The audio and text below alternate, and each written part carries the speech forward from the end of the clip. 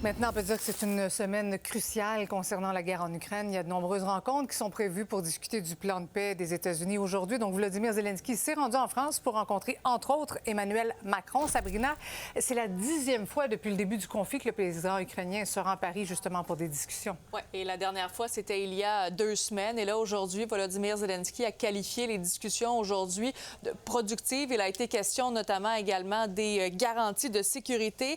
Donc, en plus d'Emmanuel Macron, le président ukrainien, a discuté avec des dirigeants européens, mais aussi avec les négociateurs ukrainiens et américains.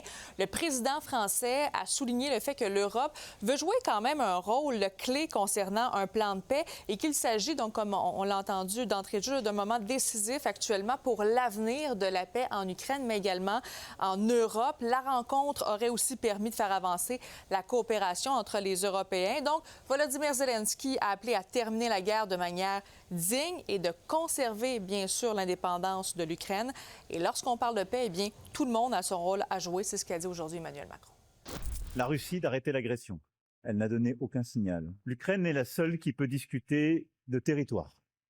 Ce sont les siens. Quand on parle de garanties de sécurité, elles ne peuvent être discutées ou négociées sans que les Ukrainiens, dont c'est le territoire, soient autour de la table et sans que les Européens et l'ensemble des alliés de la coalition des volontaires soient autour de la table, puisqu'il s'agit des garants et puisqu'il s'agit aussi de la sécurité du territoire européen.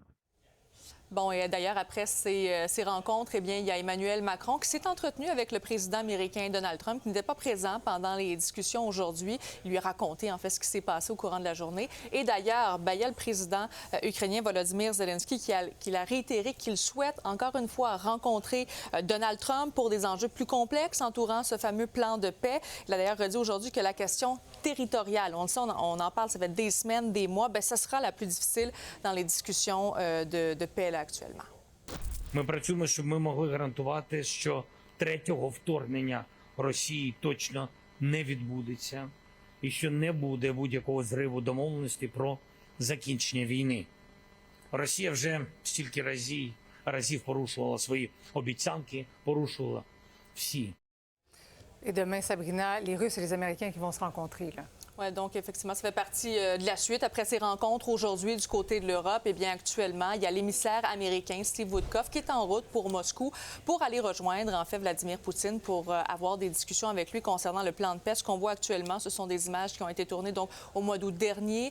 C'est la dernière fois qu'ils se sont rencontrés, les deux hommes. Et là, bien sûr, bien, on veut parler des points qui achoppent dans ce plan de paix et définitivement qu'on risque de parler, bien sûr, du territoire ukrainien, hein, la Russie qui désire conserver notamment la Crimée qu'elle a envahie en 2014 et bien sûr d'autres territoires dont le Donbass qui a été donc investi au cours des derniers mois. Et d'ailleurs, demain, Volodymyr Zelensky, lui, va se rendre en Irlande pour une première visite officielle, Marie-Christine. Merci beaucoup, Sabrina.